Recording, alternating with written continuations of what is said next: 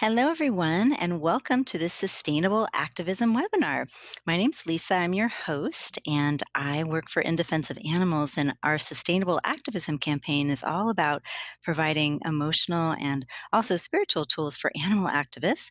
And today, our special guest for speaker is Rachel Augusta. She's of the Gutsy Crackle, actually, and we'll get to hear more about that in just a moment. First, I'm going to give you a little bit more details about Rachel and what she does. So, Rachel provides effective communication tools to help work through situations with animals who may have anxiety, aggression, abuse histories, and even behavior issues. And she's taught these tools to at animal shelters to help their kitties and puppies get adopted more quickly, and also at sanctuaries to help the animal residents adjust to their new homes. So today we'll be getting some of those tools ourselves.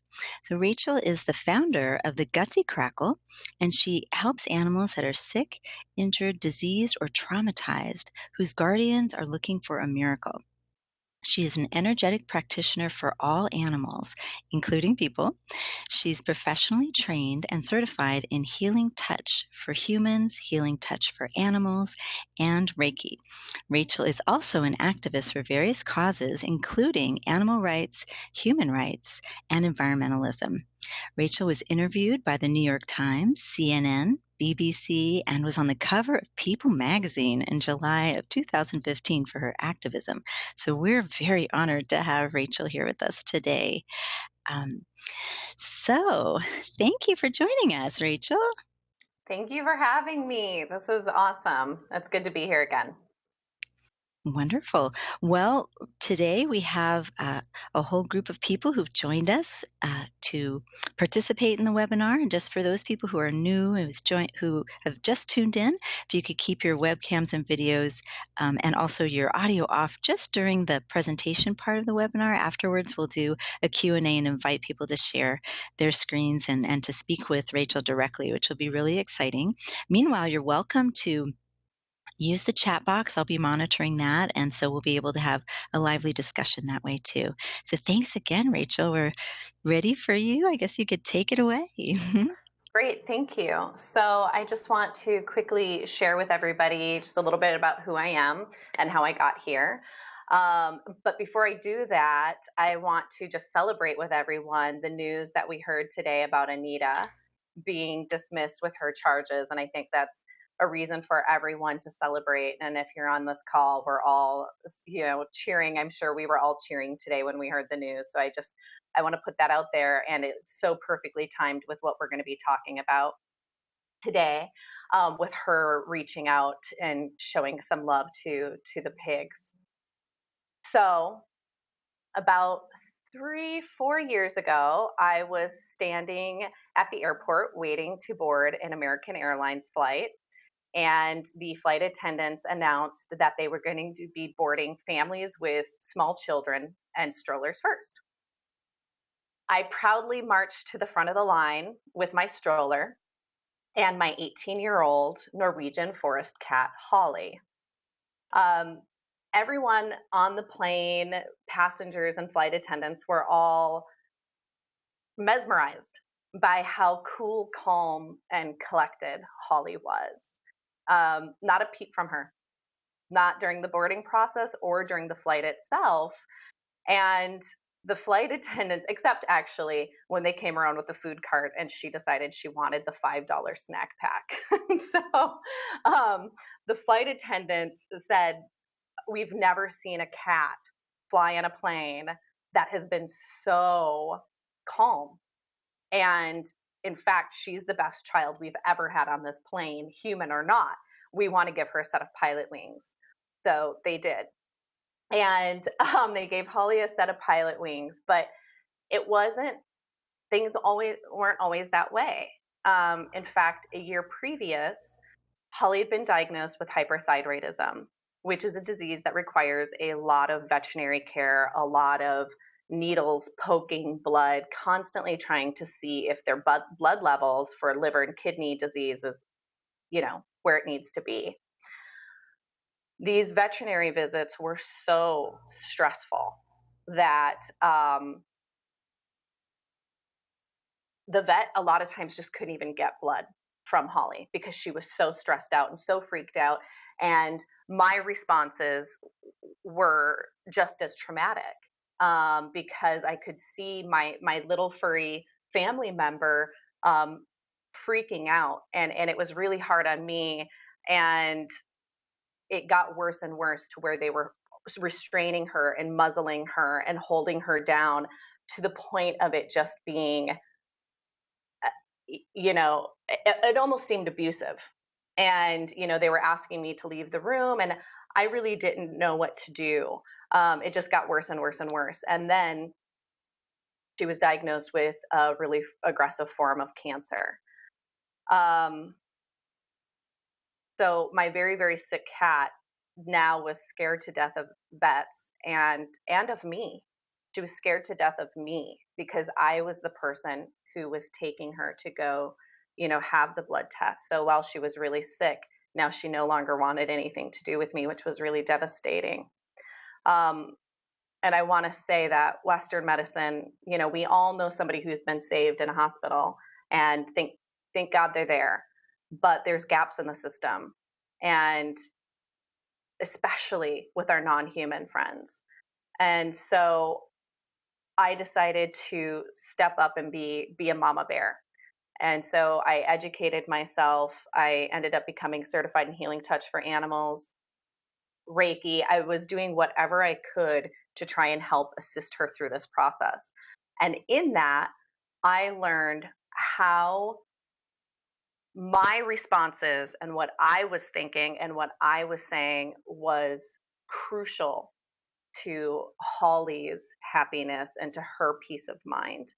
And that communicating with her exactly what was happening and what was going on, and changed. It changed everything to the point that I got to where I could fly with her. I could take her through TSA. I could do these things with her that wouldn't have been able to be possible otherwise. And our bond then reconnected because I learned how to be the support system to her that she actually needed. So that's what I'm actually going to be talking to everybody about today. And I'm really excited about it because it will really, really change not just your relationship with your own family members, furry family members, but if you're dealing with rescue or if you work in shelters, or so many of us have adopted animals, and adoption is the way to go. We want to adopt, but we have no idea sometimes that the person, dog or cat or whoever we're adopting, we don't know their history. We don't know if they've been abused. We don't know what's happened. And it isn't until we get them into our house we see that they have trauma, and we don't know how to work through that with them. So that's what I'm going to be talking with you guys about today, and I'm really excited. I'm going to share my screen so that we can get into this. So just give me a second to adjust to this. And see here. There we go. Okay. And I'm just going to assume you can all see that. Yes, so we this can. is okay, great. So this is me with Holly. And before I get started though, I want to tell you, you might hear me use the word family.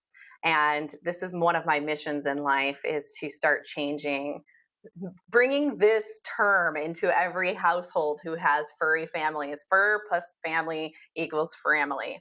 So there are family members, and I think this picture sums it up pretty perfectly. And so does this one, which always makes me smile whenever I see it. Okay, going forward.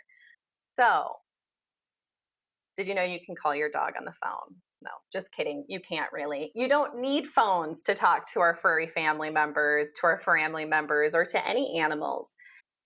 Our non-human friends on this planet are actually much more advanced at communication than we are. They don't require phones. They don't require tongue flapping in order to communicate and have conversations, which is pretty wonderful. So how this works is that humans, without realizing it, whenever we're talking or whenever we're thinking, we're creating images in our brain. And we just do it so quickly, we're not even aware that we're doing it. And at its base, this is essentially how animal communication works. It's the transfer of images for the most part.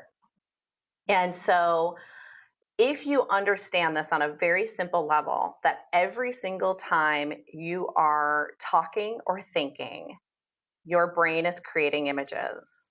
This is how telepathy works. And our cats and dogs are, and all other animals are masters at it. So I'm going to explain some of the major reasons why people come to me in my work. And one of them is separation anxiety. We've all met the dog or cat that has severe separation anxiety. A lot of these animals are because they've come out of shelters. This is pretty common with shelter animals. They destroy houses when you leave because they're scared. They don't know when you're coming back. And maybe that's because they were neglected in their life at some point. I actually have a client who I saw about 3 years ago, and her dog was so afraid of being left alone that she literally destroyed this woman's house. Um, it, the woman tried kenneling her, and she actually ate her way through the kennel and almost killed herself doing it because she ate through plastic. The plastic, almost sliced her neck open. The dog would pee all over the carpet, would tear up the sofa, froth at the mouth, pant. It was so bad that this woman had the neighbor kids would come and look in the windows and call her at work and let her know if it was so severe she would need to come home from work.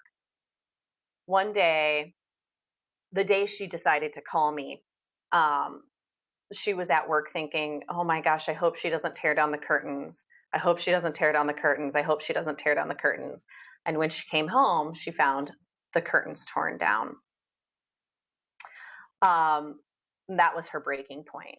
And so, as a last resort, because she really didn't know what to do, she called me. And when she explained this to me, I kind of had to chuckle to myself because what the woman was doing was telling the dog to actually tear down the curtains. And how that, how it is that she was telling her to do that is without realizing the images she was creating in her head was of the dog tearing down curtains. So her dog was able to see that and interpreted it as, you want me to tear down the curtains? And I always tell people, like, humans speaking the same language miscommunicate all the time. So it's not so odd to think that if we are meeting in a middle ground of language, and that's really what I think of telepathy. Like, dogs have their own language, cats have their own language, all animals have their own language, and telepathy is like the middle point. And so, of course, there can be miscommunication there as well. So this woman was actually telling her dog to tear down the curtains without realizing it because of the images she was creating in her head. She was thinking of her dog tearing down the curtains. The dog saw that she was seeing her tear down the curtains, and that's what she did. I want to let you know before I go on, that a scientist in England was able to prove that dogs know if you're within a 10-mile radius of your house. They know if you stop for gas. They were testing one dog, and they were able to prove that the dog, every time his guardian, would look at his watch, the dog knew and would respond while his guardian was at work, not even in the same room. And this isn't, something that's exclusive to dogs. Of course, all animals can do this. They were able to test it with dogs. But There's a lot of stories about this, and there's a lot of proof around this, that they are able to telepathically connect to us.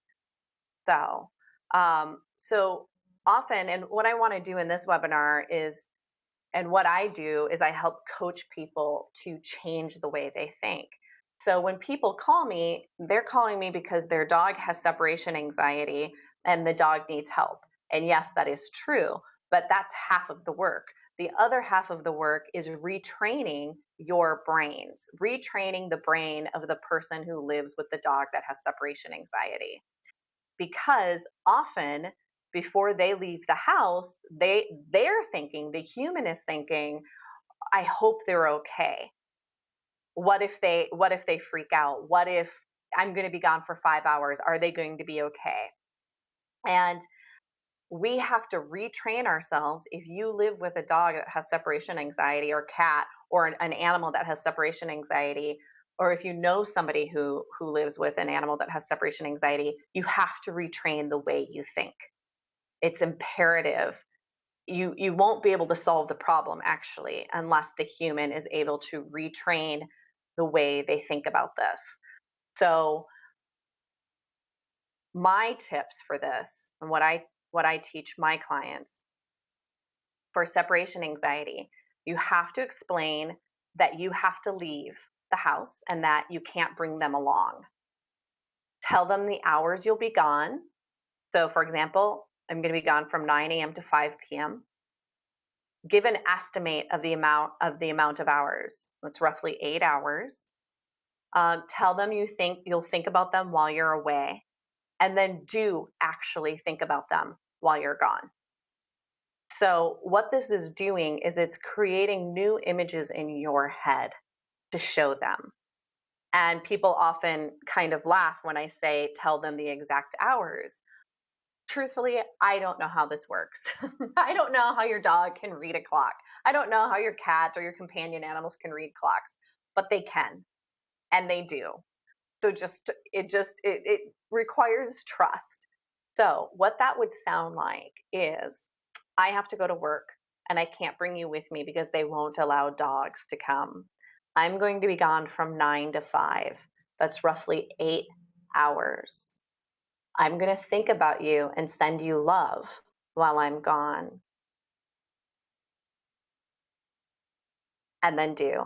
And so I want you guys, as you're listening to me, see the difference in the images that you're creating in your brain for them. One is, if you're afraid they're going to not be okay while you're gone, you're creating scary images in your head, or images of them freaking out, and they're seeing it, and then they're thinking, do I have reason to be scared? Do I have reasons to worry about this? Versus, I have to leave, but you're going to be okay, and this is the time I'm going to be back.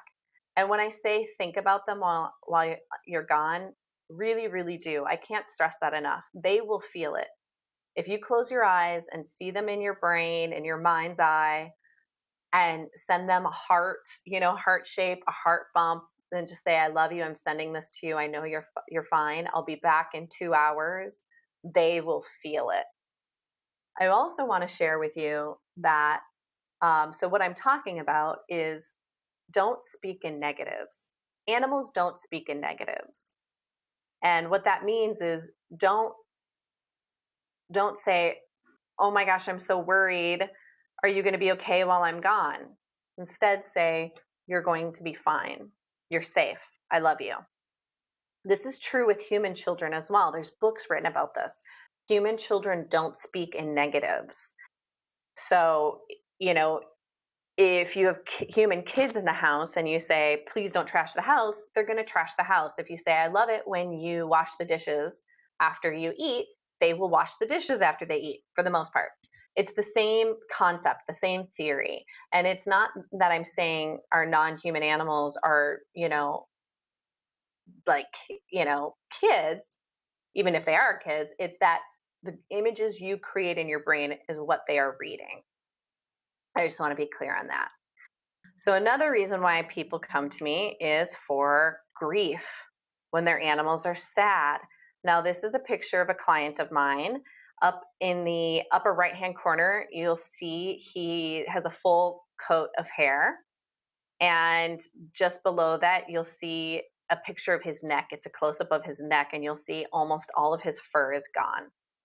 What happened was this little guy, his guardian was taking him to the hospital to visit her mother, who was living like in a nursing home setting. And he really enjoyed going there. And so she started bringing him every week so that he could see, her mom and then other people in the hospital. And he would go and sit around on people's laps, and he really was really enjoying it. Well, her mother died, and then some of the other people in the hospital died.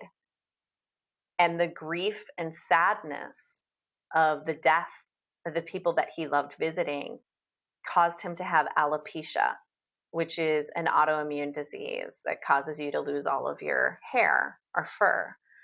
So this little dog developed alopecia. He lost all of his fur. He didn't have fur for 2 years. She came to one of my workshops and heard, I teach workshops on grief and PTSD and trauma. And we decided to do a couple of sessions with him, energy work with him. And you can see his fur starting to grow back. It's still a work in progress, but after 2 sessions and speaking to him, we were able to get his fur to grow back. And the speaking, what I had to coach my client with was something similar to this. Explain the situation. I'm sorry that these people were dying. They were older. They were really sick. Now, this is important with service animals. I have a lot of service animals come to me, actually. Service animals, I don't think people realize that they suffer grief and sadness and trauma if they're around very, very sick people that die, or if they're going into hospitals or nursing homes or cancer units and they start seeing people die. I'm sure you guys all know the stories that you saw or heard of the dogs in 9/11. During 9/11 that started to experience trauma because they couldn't find bodies. They couldn't find the bodies, and it was very, very traumatizing for them. So explain to the service animals, explain to animals if they're suffering through grief, what's actually going on. Explain that it's not their job to save people. They're just merely there for happiness and support. It's really, really important to do that with them. It's really important to thank them. Thank them for their work, but it doesn't sit on their shoulders. It's not their job to, like with the dogs in 9/11, that's a really great example. They were sent in there to find bodies and they couldn't, and it caused a lot of grief. So explaining to them, it's okay. We're all looking together. This doesn't completely sit on your shoulders. Thank you for just being here.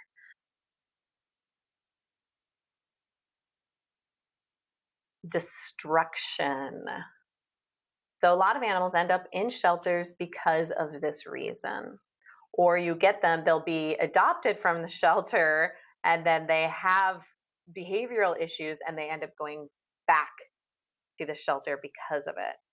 So when animals are non-human animals are destroying things, again, it's really hard for us to not see them destroying things.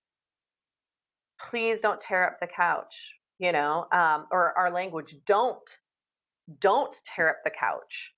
And so think about that for a second. If you're saying don't scratch the couch, the image you're creating in your head is of them scratching the couch. You're basically saying scratch the couch. So instead, and this is like with peeing as well, don't pee on the floor translates to pee on the floor. This is a situation where you want to explain to them that it makes you upset and you want it to stop. That's the very first thing you should say. and then tell them what they can do instead. So if they're scratching the couch, say, please don't scratch the couch. It's making me very upset and I need it to stop. And you can imagine red X's in your brain. Don't do that. Imagine yourself crying. And the reason why I like to say imagine yourself crying is because our family members don't want to upset us. They really don't. That's not who they are. They just don't know. And so explain to them, this makes me very sad. And imagine yourself crying or, I'm stressed. Can you please scratch here instead? And show them where they can go. Show them they can go to a scratching post. Put a big, huge green check mark. Yes, this makes me happy. Or show yourself celebrating, clapping for them scratching on a scratch post, or going potty in their litter box, or going potty outside. Celebrate in your mind seeing them do what you want them to do. So that's really, really important. Would be the only example that I'd say if you're going to speak in a negative, don't do this. Say it right away in your head. Put X marks around it. Show that it makes you upset, and then show them what they can do. You can scratch on this. You can go to the bathroom there. Jealousy. This is very, very common when you bring new animals into the house. So you already have a dog and a cat and you decide to adopt another.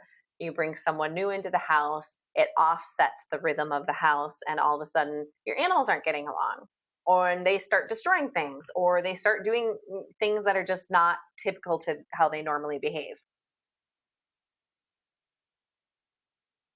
So what you need to do is you need to remind the members of in your family what special job or attribute they bring to the house.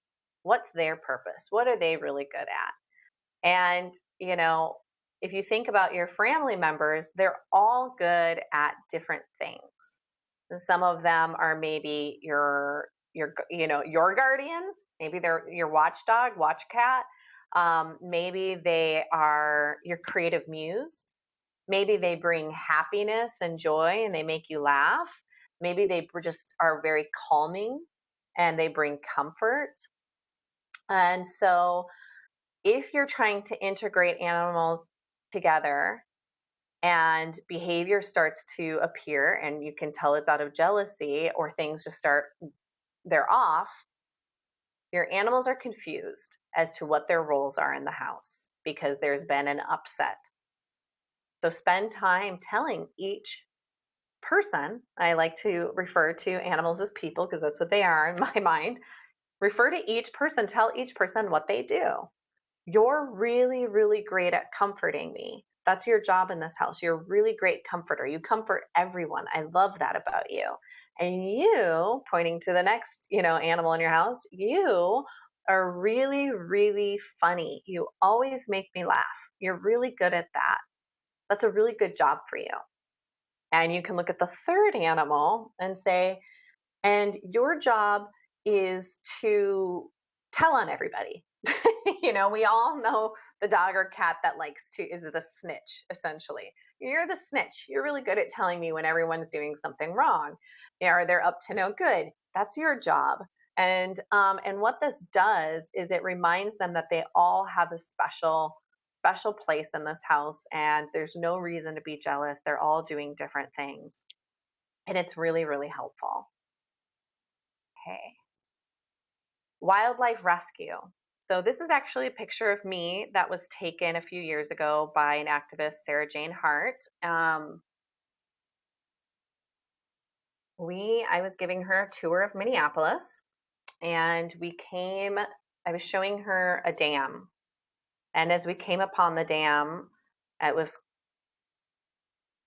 rushing water and a huge fence, and there were these two baby ducks running back and forth in it frantically.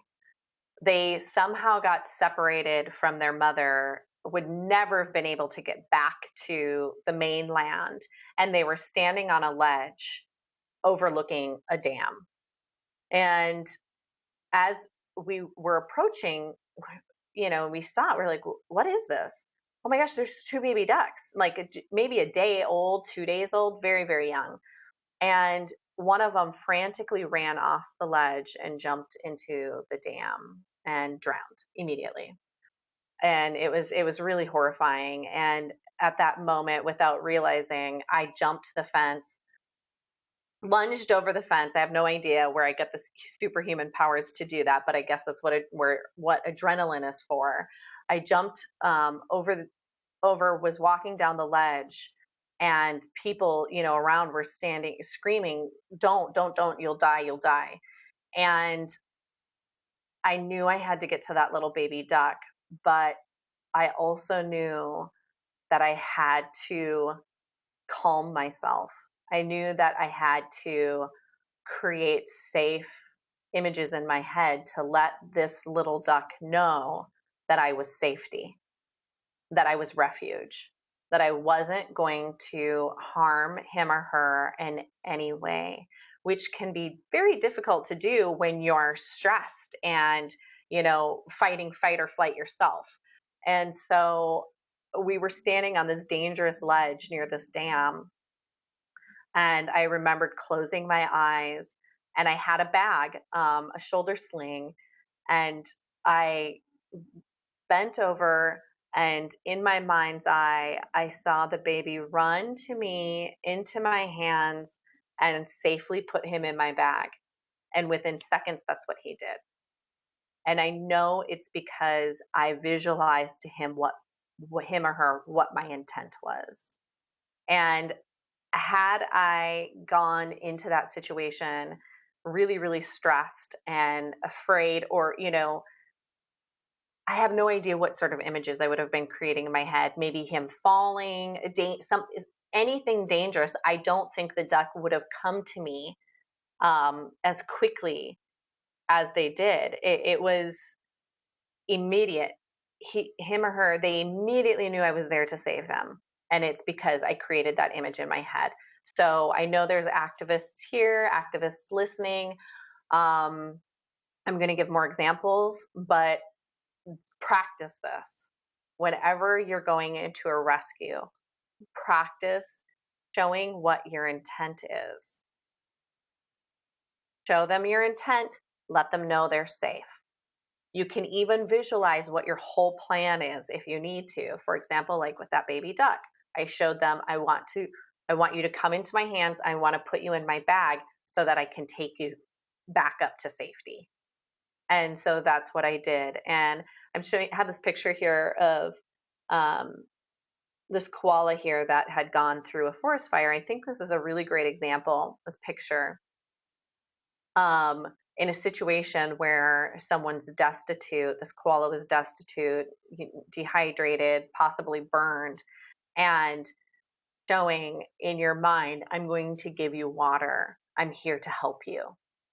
And saying that, because if you go in thinking, I need to catch that koala, because you might be thinking, well, what sort of images would I be creating anyway? Well, if you think, I need to get them, I need to get that koala, I need to get to them, that could be an image that would be misinterpreted. It could be scary.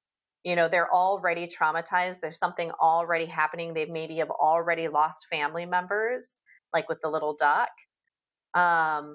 So you want to show them that your intent is good and it's to help them, and that you're going to see them to safety. It's really, really important. This picture of slaughter trauma.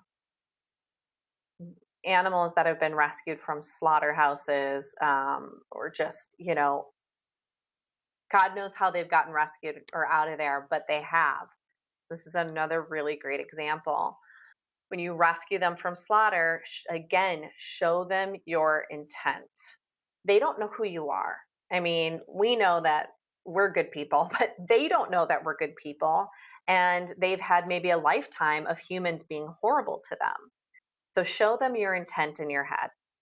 Explain that they are being taken to a sanctuary.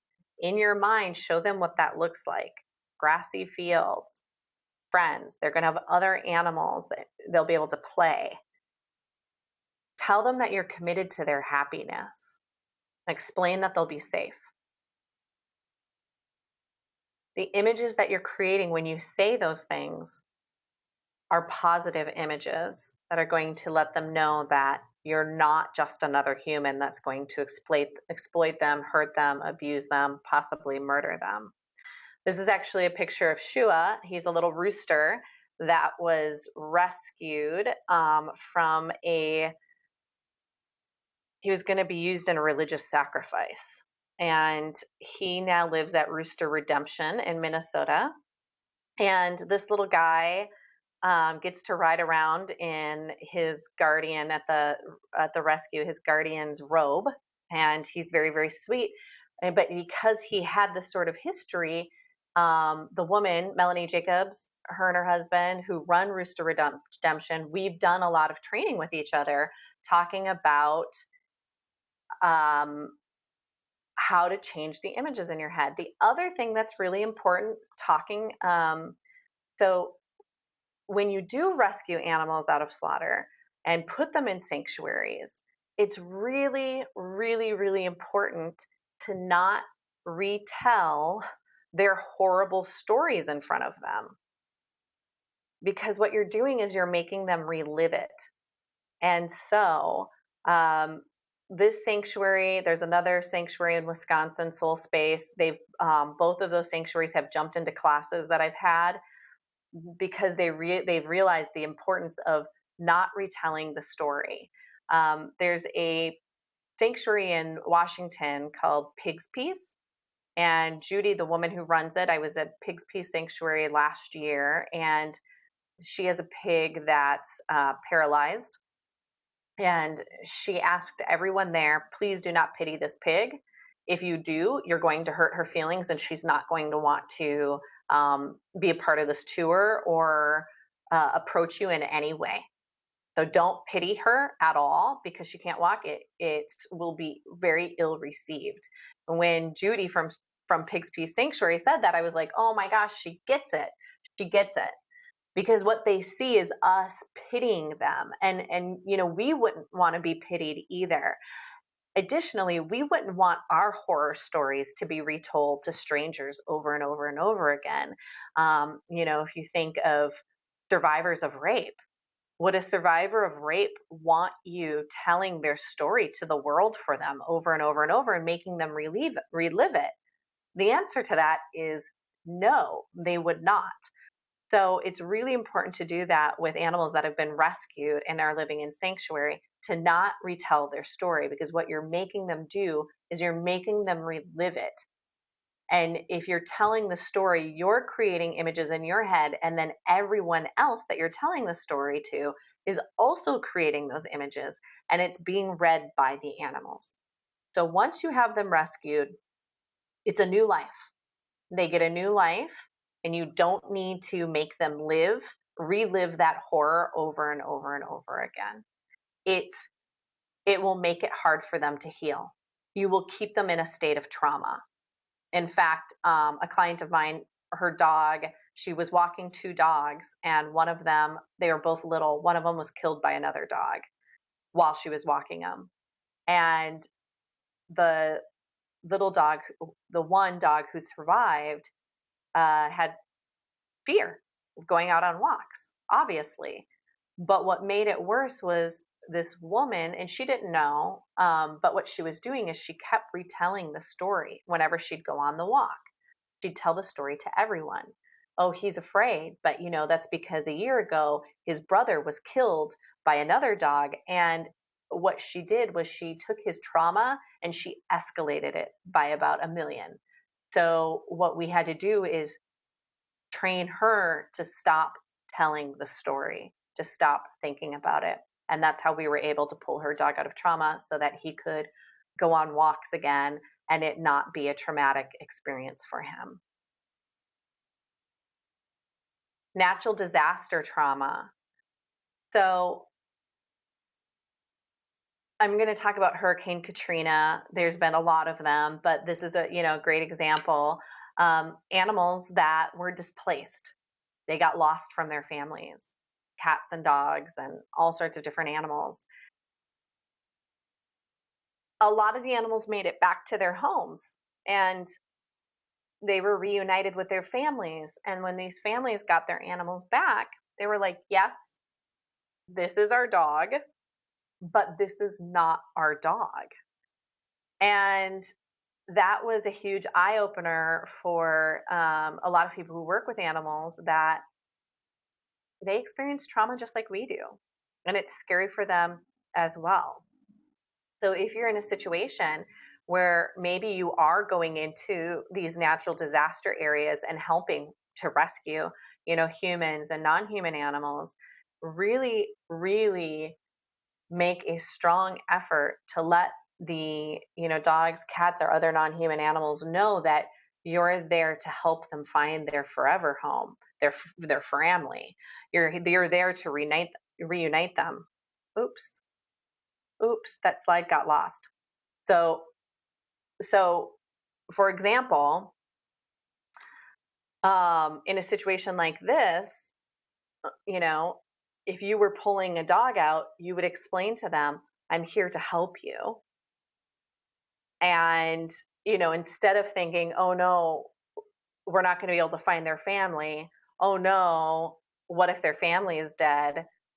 Instead, think, I'm here to help you, and I'm here to find your family with you. And we're going to take you to a shelter, and it might take us a few days or maybe a couple weeks, but there are people that are committed to helping you find your family.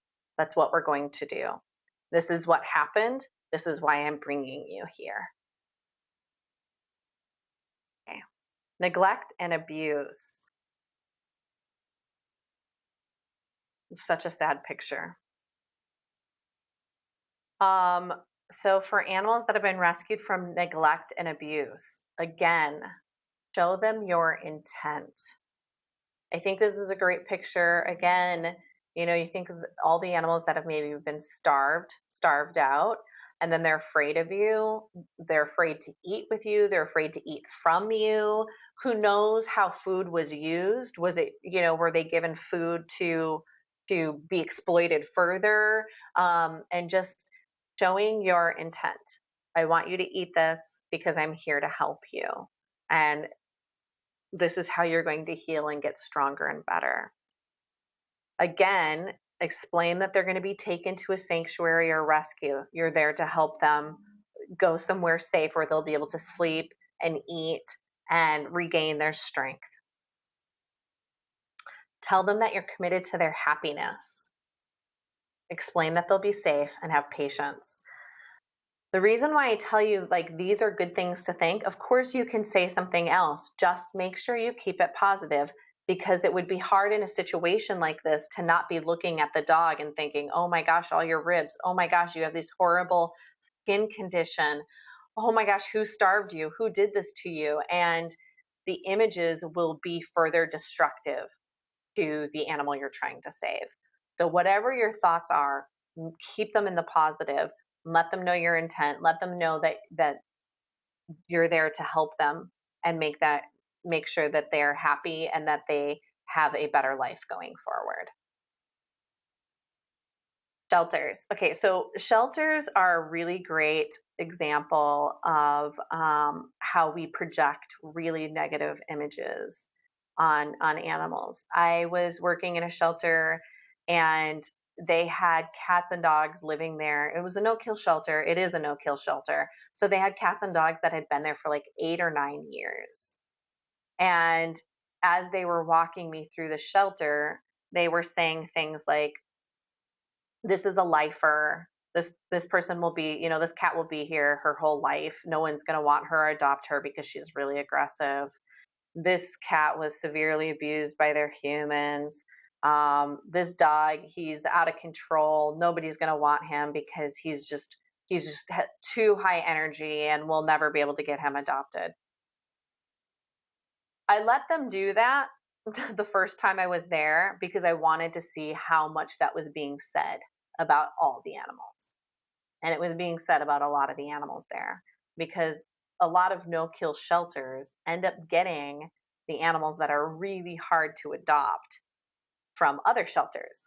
They pull them from kill floors at other shelters where they couldn't be adopted. So a lot of no-kill shelters have animals that just have a hard time being adopted. And we had a really long training session, training the volunteers there about how they had to change their language. Never, ever refer to someone as a lifer, ever. Never say, this cat will never be adopted, this dog will never be adopted. It's way too negative. And can you imagine if you were walking through a foster home with kids, children, human children, and saying, this kid will never be adopted. They have ADHD. No one's going to want them. This kid will never be adopted. They're hearing it. They're taking it in. You're stamping them. And it's not nice. And I know that these volunteers didn't realize they were doing it, but that's what they were doing. The other thing that they were doing was they were talking about why the animals were surrendered or given away or, neglected or abused, explaining their story. And they would explain it to people who would come in and look at them. Oh, why are these two cats here? Oh, well, his guardian decided to marry a woman that didn't want to live with cats, and she didn't like these cats at all. So he had to bring them to the shelter. And, so these cats are visually seeing everything you're saying. Or if you're taking, they had dogs that had been rescued from dog fighting rings and saying, these are pit bulls and they've been rescued from dog fighting rings and they're really good, but they were in a dog fighting ring, so we're not really sure if we can trust them. And if you have cats in your home, then we probably shouldn't. And they were telling all these stories. So I'm going to use this shelter as an example. What we did was we stopped referring to any of the animals as lifers. And what we started doing was saying, I know you've been here a really long time, but it's because we're trying to find you the perfect family for you to live with. And they're coming. We just haven't found them yet. But if you can help us, we would love to get you into your family. And I started telling the animals, I want you to envision what your perfect family looks like. Does your perfect family, have human children or not? Is it a younger couple, an older couple, a single person? And I asked all the animals there, imagine what your perfect home looks like. And that's what we're going to try and find for you. We changed all the cards on the shelter walls, doors, and cages that's told the horror story where people would project pity. And we changed it to, my name is so-and-so. My name is Olive, and I'm a wonderful cat. My favorite is being scratched under the chin. I love it when people tell me I'm beautiful. And so we changed all the cards into these beautiful, beautiful quotes and things that people could say. So if you imagine while people are walking through the shelter, they're reading these cards saying, I love being told I'm beautiful. Oh, you are beautiful. You are wonderful. And within a month, the cats and dogs that had been there for 8 or 9 years were all adopted. That is the power of your language. That is the power of projection. And Judy at Pigs Peace Sanctuary got that completely without anyone telling her. So the same is true with all of our animals in shelters. Tell them they're wonderful. Tell them they're beautiful. Tell them that they are special. And again, I could hear people saying in shelters too, I'm so sorry you're here. Humans are awful. And I was like, don't say that, because we don't want this cat to be afraid of humans. What you need to say is, the family you lived with before was not right for you. We're going to find the perfect family for you. Okay. Again, so explain the shelters trying to find their perfect family. Be careful not to speak hatefully towards all humans. Write all the lovely things about them outside their cage for people to read, and leave out the sad stuff, and ask them to envision what their perfect family looks like. Aging and death. This is a big one. So when our animals are dying and they're really sick, it's hard for us to not think about them dying. We start grieving them before they have died. And this really isn't fair to them. If you think we have no secrets, would you want someone standing over your bed while you're sick, or maybe while you're dying, and people saying, "Oh my gosh, you're dying. Oh my gosh, you're dying. You're dying. I don't want you to die, but you are." And, are all the thoughts that go through our head. So I teach this in one of my hospice classes to really get out of that mind frame. And, instead, if they're on medication, explain that it's intended to help them. And instead of grieving them dying before they have died, think of all the wonderful memories you have with them. And that's a really great way to switch out of that. So switch to, instead of thinking about them dying, start telling them all the things you love about them, all the wonderful memories you have and you shared. Okay, lastly, kittens and puppies. People call me all the time because their kitten is being a kitten or their puppy is being a puppy. Guess what? You can't ask someone to be something they're not. Kittens and puppies are kittens and puppies. They just are. Asking them to change for you would be like asking a toddler to not be a toddler. Embrace the baby. Now, if your kitten or puppy or other family member has trauma or fear issues or something going on that's not healthy for them, of course, we can work through that, and you can do that through language. But if you're just dealing with kitten and puppy stuff, you just got to wait it out, and that's how it is. So remember that you have no secrets. Don't retell painful stories that cause the animals to relive their trauma. Animals speak in the positive. In other words, show them what you do want. Show them what your intentions are, that you're there to help them.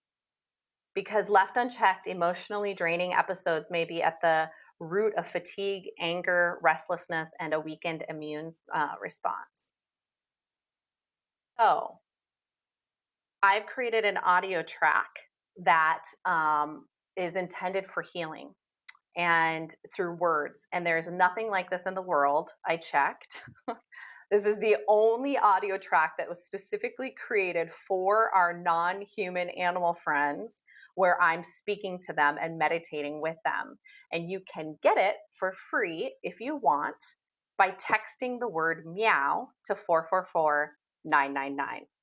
The phone number 444-999. You have to text the word meow to it. I know that can be kind of confusing, but it works. And you just follow the simple instructions. The dog that I was telling you about, who had separation anxiety and would tear up her house and destroy things, she hasn't dealt with any of that for probably, a couple of years at least. And since we worked with her, about a month ago, the fire alarms went off in the building that she lives in, and they had been going off for at least an hour. And when her human came home, she found her in another panic attack. The fire alarms going off that long had sent her into a panic attack. She was panting and frothing and had full-blown PTSD. Her guardian was furiously trying to get her to calm down, but everything she was doing was making it worse. It was 10 o'clock at night. My office was closed. And the woman remembered she had this audio track that she had downloaded that she'd gotten from me. And she started playing it. And within 2 minutes, the dog had stopped panting and her breathing had completely evened out. And by the 4th minute, she'd crawled up onto the sofa next to her, licked her on the cheek, and went to sleep. And that was the end of it. So it's really, really powerful. It incorporates all the things, essentially all into one audio track. So if you want it, that's how you can get it. And it's my free gift to all of you for being here. And then lastly, or you can get it from my website, lastly, rachelaugusta.com. Lastly, I do want to tell you real quick about an online high-level coaching course that I'm offering. And we're going to be talking about this, but really, really diving into animal communication in a really much, much deeper way. This is kind of the tip of the iceberg. And I'm also going to be teaching how you can do diagnostic massage to find out whether or not your animals are sick, and then therapeutic massage to keep them healthy, to keep the lymph moving and keep them healthy and build up their immune systems. That's just 2 topics in this 6-month course. It's actually lots and lots of topics, and hospice, aging, pretty much everything you would need to know. And this is the course that you want to jump into. Like, if your animals are sick, this course is for you. But if your animals aren't sick, if they're young and healthy and happy, this is the course for you. This is all about preventative. And we really want to be in tune with our animals' bodies before they get sick, because that's when we're really going to be able to assist them and help them and keep them with us for a much longer period of time. So if this sounds like something that you'd be interested in, go to my website, Family Academy, and just fill out the form saying that you're interested. And you and I can have a conversation and see if this is the right fit for you, and if this is something that would be able to help you in your own family. So if that sounds like something you'd be interested in, go to familyacademy.com, fill out the application. It's just a registration form, and I'll be in touch with you. We can have a quick conversation. So answer any questions you have. And that concludes the presentation. Yay. Well, thank you so much, Rachel. That was very interesting. I'm definitely going to try out some of these new tools. And Good. it's so important to observe how we are speaking, but also how we're thinking, which is related to how we're speaking. Right. So, Yeah, it ties to that whole, being able to, like, I learned all of this just by helping my own kitty, Holly. That's how I was able to get her through airports and everything, was I really learned how I could talk her through those situations. So, yeah. well, I'd like to invite anyone else who has a question or a comment. If you'd like to, you can either just type it right into the chat box, or if you are on the telephone, you can press *4, and then you'll be able to speak with all of us. We'll be able to hear you. If you're on the computer, you can unmute yourself, actually. You can look on the tools that are connected to this webinar, and if there's a little button there or a little icon, you can click on it to actually be able to turn on your audio, and you can do the same thing with video if you'd like. So, we have someone who asked about tips on dog aggression towards other dogs. Yeah, that's a really, really great question. So, first of all, what you need to be thinking is, what are you thinking?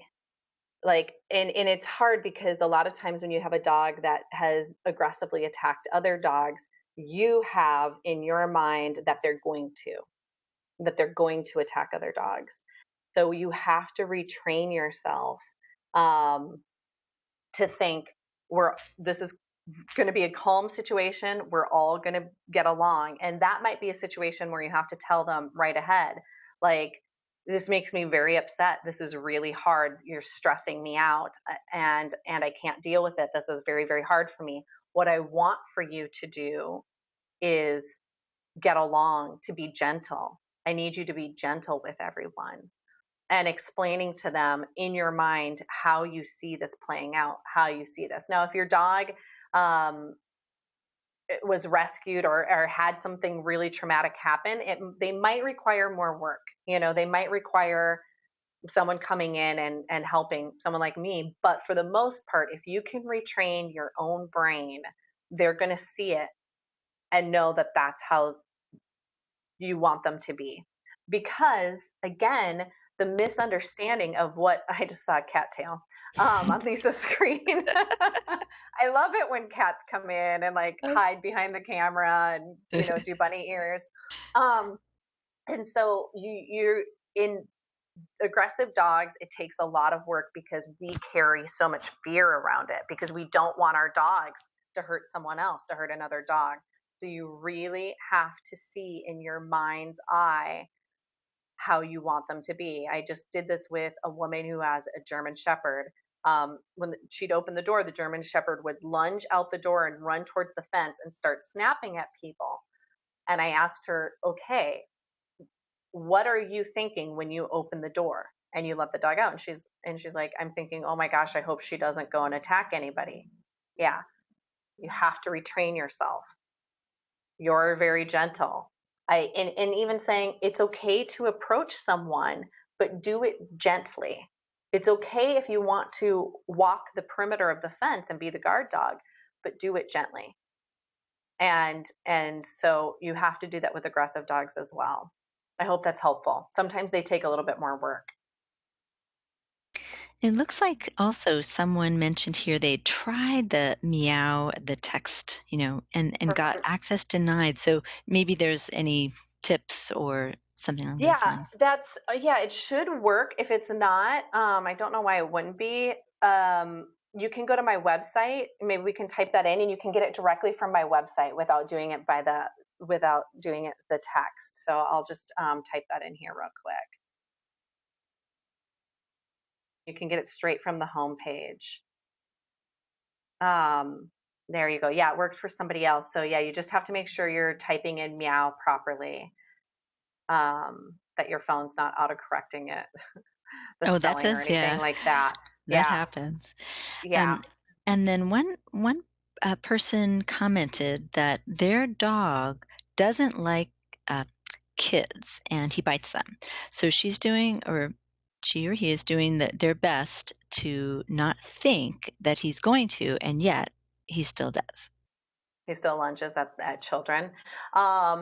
Yeah. So what you can do, have you tried telling them how to behave around kids? So if you have a dog that's like, I hate kids.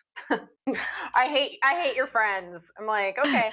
I tell them like, if you don't want to be here while kids are here, you can go in the other room. If you don't want to interact with children, then you can go over there. You can go sit over there. Now, I understand you might be in a situation where you're out in public and that's not always the case where they can remove themselves. I'm wondering if a kid didn't do something and they're not holding on to trauma around that and they're not responding, and they're responding to kids because they have trauma around that issue. And so, that again, like the aggressive dog that's maybe lunging or that might be a situation where it's going to just take more one-on-one work. And if you want to send me an email, you and I can like come up with some other ideas, because I also use essential oils, therapeutic grade essential oils, and there's things that you can do. I was working with a dog who lunged at the mailman, bit him, ended up in animal control. And we had to prove to animal control that the dog wasn't aggressive, but it took some work and it took essential oils as well. And we were able to use some essential oils to calm him, because that might be part of it. Like if your dog's afraid of kids, using something naturally where you can calm them if they're in situations around them, they might be more capable of listening to you. We also have another question about a deaf dog, and the person, the guardian of the deaf dog, is wondering if they think these positive thoughts without voicing them, does that still work? That is an amazing question. Thank you for asking that. Totally. They don't need to hear you. It's the images you're creating. And that would be that's true too if your animals are blind. It's not really about your eyes and your ears. It's vibrations that you send off, and so they're picking up on that and they're telepathically reading. And sometimes if you have someone who's deaf or blind, they have heightened senses in other areas and they're very, very, very telepathic.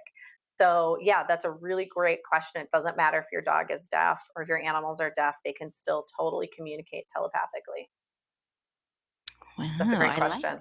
Yeah, it's Yeah. neat to think of them as having these um, more expanded senses in other ways. So, There is, and actually, there's a documentary that's free on YouTube that you can all watch. It's called "Superior Human?" question mark, and it talks about all the reasons why humans think they're superior, and then gives an example as to why non-humans need us or beat us in certain areas. And they talk about prairie dogs actually, and they were able to prove that prairie dogs have a full language. They can explain to certain prairie dogs, oh, there's a man wearing a blue shirt coming with a gun. This is what he looks like. They can describe us perfectly. They showed an animal to a group of prairie dogs that it was a type of fox that these prairie dogs had never seen before. And they gave this fox a name. And then they showed a picture of that fox to prairie dogs on the other side of the world. And those prairie dogs knew the name that the prairie dogs on the other continent had named. So essentially, they communicated across the planet the name of this animal. Two different groups of prairie dogs all knew the name of this animal because they were able to communicate across the planet with each other. So that's how powerful their telepathic skills are. well, that is very impressive. Yeah, and it's a really Right. great documentary. I really recommend you all watch it. And then another question is, are you able to get telepathic messages from animals, or does it just go one way? Nope, it goes both ways. And so essentially, like if you were to hire an animal communicator to speak with an animal of yours, that's what they're doing. Is they've trained themselves to be able to read those messages as well. I can do this. I didn't know that it was an option. I didn't know that this was an ability that I had. I was actually working with this dog that had behavioral issues. He was biting holes into the wall, and I went over there to do energy work to calm him down and work with his behavior. And all of a sudden, I saw images of him in like agility classes. And I was like, why am I seeing him in agility classes? And I looked at him and I thought, are you communicating with me? And he smiled. Oh, yeah, he was so happy. You got it. You got my images. And he started wagging his tail. And I was like, oh my gosh, this is animal communication. I didn't, this is years ago, but I didn't know. And I looked at his guardians and I was like, did you say you were going to put him in agility classes? And they're like, yeah, but we didn't. And I'm like, oh, well, he's mad at you because he wanted to go into them. So that's why he's biting holes in the wall. And he was like, he came up, he hugged me like, oh my God, I'm so happy you were able to speak we were able to meet in the middle. And so, yes, you can. And if you want to practice, I recommend going to a dog park or somewhere, a neutral ground where you'll see animals that you don't know, where their guardians are present, and just start asking them how old they are. You can say it silently, how old are you? And if you get a number back, then ask their guardian, how old's your dog? And see if it starts to connect. I've done this and I did it at a garage sale I was having, and people were coming with their dogs, and every single dog told me their age, their correct age. And so, yeah, it just takes trust. And that's actually part of my coaching program. I teach you how to do that. Yeah. Great. That's pretty amazing. Yeah. So we also have somebody online on the chat box mentioned a resource. I don't know if you're familiar with it, called HeartMath. Heartmath.org is the website. It's another kind of system, and they it's a book actually as well, and they talk about how to reduce your anxiety, and then also Yeah. talk to your heart and communicate with your heart directly. So it's I another love that. resource. Yeah, I love that. That's really great. Yeah. So I'm just curious if anyone else has any other questions. You can either put them in the chat box, or like I said, you're welcome to unmute yourself and ask Rachel directly. And Yeah, I have a question. yeah, tell us your My name. name's Matt. My name is Matt. I'm actually Rachel's brother, but this is the first time that I've been to one of her seminars. Matt's my baby brother. Oh, how cool. And when you were talking, Rachel, I was listening to what you're saying, and I was thinking, what if there's something that is important about a specific animal that you need to tell somebody else, but it's of a negative nature, like they do poop on the floor, they do bite. Where do you go to do that? Like, how do you mask? Is it possible to mask that from them, or how do you recommend having those conversations around negative topics, but they still, like, at some point you do need to talk to somebody else about them? Yeah, that's a really great question as well. And I think it's okay to talk about something that's going on as long as you don't define them by it. So you can say, they're having issues going potty on the floor and we're working through it. Instead of like they always poop on their, does that make sense? Like It does. it's, Yeah. you don't want to. Yeah. Go ahead. Oh, no, I was just saying it makes sense. Right. So you want to, as long as you're not, it's not defining them. And you're saying they've been doing this. We're not really sure why. We're trying to work through it, and positive that they will be able to work through it if they have the right people helping them. I like that. Okay, that makes sense. Yeah. So the idea is to be very honest with them and tell them, this is happening, and we're positive that we're going to be able to work through this. We're not really sure why, but we're confident that under the right care, we'll be able to work through this.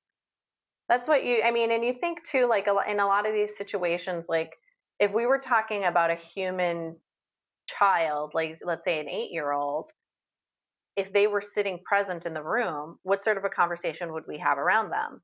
Let's say this human child, and I'm just going to use this example because it's an easy example for me to come up with. They're having a hard time in math, and we're working through it, and we know that we need to study more with them and maybe get them a tutor. It's been difficult. We've moved a lot, and there's been a disruption in their home. Versus they're terrible at math. They'll probably never be an accountant. They'll never be able to do anything that involves numbers because they're awful at it. So that, saying we're having a difficult time, we're working through it, we're going to see if we can get tutors. A kid would sit there and that would be okay, versus they're awful at this. This is not their subject. They'll never succeed if it involves math. So, and that's because that's defining them as being terrible at something, versus they're just having a hard time and we're working through it. I hope that's helpful. Yeah. Yeah, definitely. That makes a lot of sense. It's like, it kind of goes into what animal rights is all about, which is treating animals like our equals in a lot of ways. So talking to them like you would talk to another person, like they understand you, and that makes sense. And they do. And I think that is important to understand that, just because we have a bad day or they've done something wrong, maybe they've destroyed your house, that doesn't make them a bad person. It just means they had a bad day, and you need to work through it and help them get through it and figure out what's actually happening. What's at the bottom of it. So in the moment when something is happening, like say, for example, 2 kitties are fighting in your house, or 1 kitty is scratching your couch or something like that, and in the moment you'd like them to stop that, do you think in the moment, imagine them stopping that? Is that the idea? Okay. Yep. Imagine them stopping that. So in that, like if there's destruction, it's okay at first to stop. Don't do that. That doesn't make me happy. This is what you need to do. This is what I expect from you.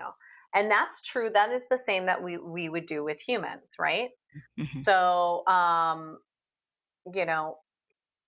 I had this kid, he was bouncing a basketball on the side of my apartment wall one day, and he was like wham wham wham, and it was shaking everything, and I wanted to run out and be like, stop it, and I said, I walked aside, I'm like, oh, can you please stop slamming your basketball into my wall? Instead, can you play over, throw it on that wall over there, because it's a brick wall and it won't be on anybody's apartment. He was like, oh, yeah, I can do that.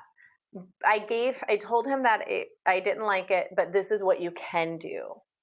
And it's just setting boundaries. So it's important, like, please don't do this, but this is what you can do. Like for scratching, cat scratch, it's in them. We can't tell Yeah. them not to scratch. They're going to scratch. They've evolved to scratch. Like they need to. So they're going to scratch. So tell them it's inappropriate to scratch on my sofa. It is appropriate to scratch on this post. Mm-hmm. If you need to scratch, do it over here. And that's okay. And so that would be a great example. Well, I'm glad. I'm going to practice all of these things and see how it goes. Do you ever Yeah. run into an animal that's a little rebellious and maybe they say, no, I don't want to do that?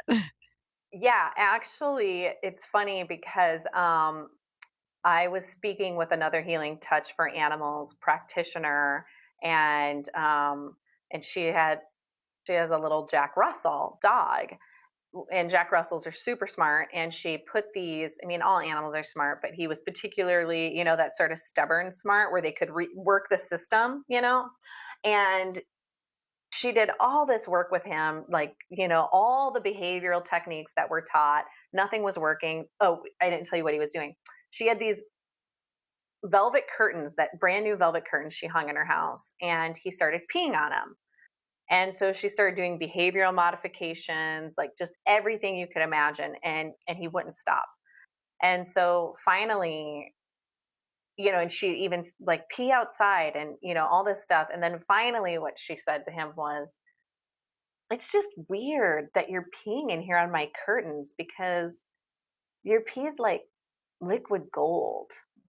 And it's just such a waste to put it on these curtains. It's so wasteful because none of the other dogs outside can smell this. I mean, if it was my pee, I certainly wouldn't put it in here. How wasteful. I'd want everyone to know that I lived at this house. But I mean, if you want to do it in here, that's fine. But what a waste. And he like looked at her and was like, oh, and never peed on the curtains again. Always peed outside. So every once in a while, you'll get an animal that you kind of have to like use some tricky language with, in the same way that you would have to with a human. Mm-hmm. Reverse psychology. Yes. Yeah, it's reverse psychology. Sometimes, yeah, you will have an animal that you're like, oh, that's just so weird that you're doing that. I trained that, actually, one of my clients, we did that with her cat. He was peeing inside her house, and we tried that trick, and it totally worked. He hasn't peed in the house since. We were like, what a waste. He was peeing outside. And Wow. so now he never pees inside anymore. He never sprays. Great. Well, you have a wonderful track record. We have one more question, I think, for this evening, and this is about food aggression. Do you have any suggestions for food aggression? Yeah, food aggression, again, like, is there trauma stuff around that? You're going to want to find out. The best thing to do for food, well, there's so many different things you can try, because that's one of those things. It's like just aggression, period. You might have to troubleshoot a few different things and see what works with them. But what I found is a combination of energy work. And if you want to talk offline and send me an email, I can recommend some things, but energy work, and again, being patient and seeing them, you all have food. And, if you have a couple of animals in the house, giving them separate bowls, showing that they all have food, they'll all be okay. And working through that. But if it's been going on for a long time, it might take more than just communication. Unfortunately, there's some things that are just so, like, if there was so much abuse or neglect, or it's been going on so long, it's going to require a few other things. But as far as communication goes, explaining to them that everybody has food and everybody's going to be okay and everybody gets to eat works as well. So Great. Well, they're great questions. yeah, thank you so much, Rachel. This is really very handy tools, things we can start to practice right away. And Yeah. so that's great. And for anyone who, either tuned in a little later, I mean, I know you have this course coming up, which is awesome. And it sounds like people get, this was our 101 variety of animal Yeah, 101. communication. Yep. And Yeah, you'll be going exactly. into depth in that course. So if you liked some of these tools that Rachel shared with us, you may want to check in and see what she's got to offer for Yeah, definitely. a deep course. A deeper course and more coaching and coaching you through and working directly one-on-one with your animals, with myself and your animals. But then again, if anything, there's anything that came up or questions you have, like I'm more than happy to have you shoot me an email and I'll respond back if there's something going on that you want to know about. So yeah, and definitely Yeah. apply this to rescue. It really, really helps with rescue. And to repeat that, so Rachel's website is rachelaugusta.com. Yeah, rachelaugusta.com. Yep. Yeah. And Yeah. so for many of you may have just joined us for the first time on our Sustainable Activism webinar. We do have these every month. They're the first Thursday of every month, and we always try to bring in a special speaker who can talk with us about something important for our activism. And actually, our next speaker, April Lang, she's going to be with us in June.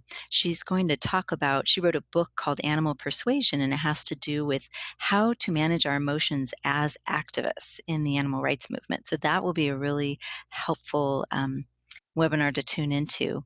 And stay tuned for that. And if you're interested in spirituality, we do have a vegan spirituality online gathering next week that will happen the next Thursday. And Frank Lane, who's putting together the Great Compassion March for people and animals worldwide, will be with us to talk more about that project. So That's awesome. Yay. And anybody who needs support on anytime you'd like, you can give us a call. The IDA's Animal Activist Support Line is 800-705-0425. And we do have trained counselors there to answer your questions. So we may refer you to Rachel if you call up, if you have something to do with animals. But we also help people with issues that are going on in their life and really do triage for animal activists. So please, give us a call if you need to. So thank you, Rachel, for being our special guest this evening. Thank you for having me. Yeah, It was an honor. Delight. Yeah, you guys are a really wonderful group and very needed in this world. So thank you for being here. Awesome. Ditto, right back at you. And for everyone else who's joined us this evening, thank you so, so much. It's really so important that you're here. We're doing this for you, and we are always put together a replay of this, which will be out tomorrow, so you can always go back through and relearn some of these amazing tools, and then you can share it also with friends and other people. So thanks to everyone for joining us this evening. I hope you have a wonderful night, and hopefully we'll see you again on one of our online gatherings. Take care, everyone. Bye. Bye. Bye. Bye. Bye.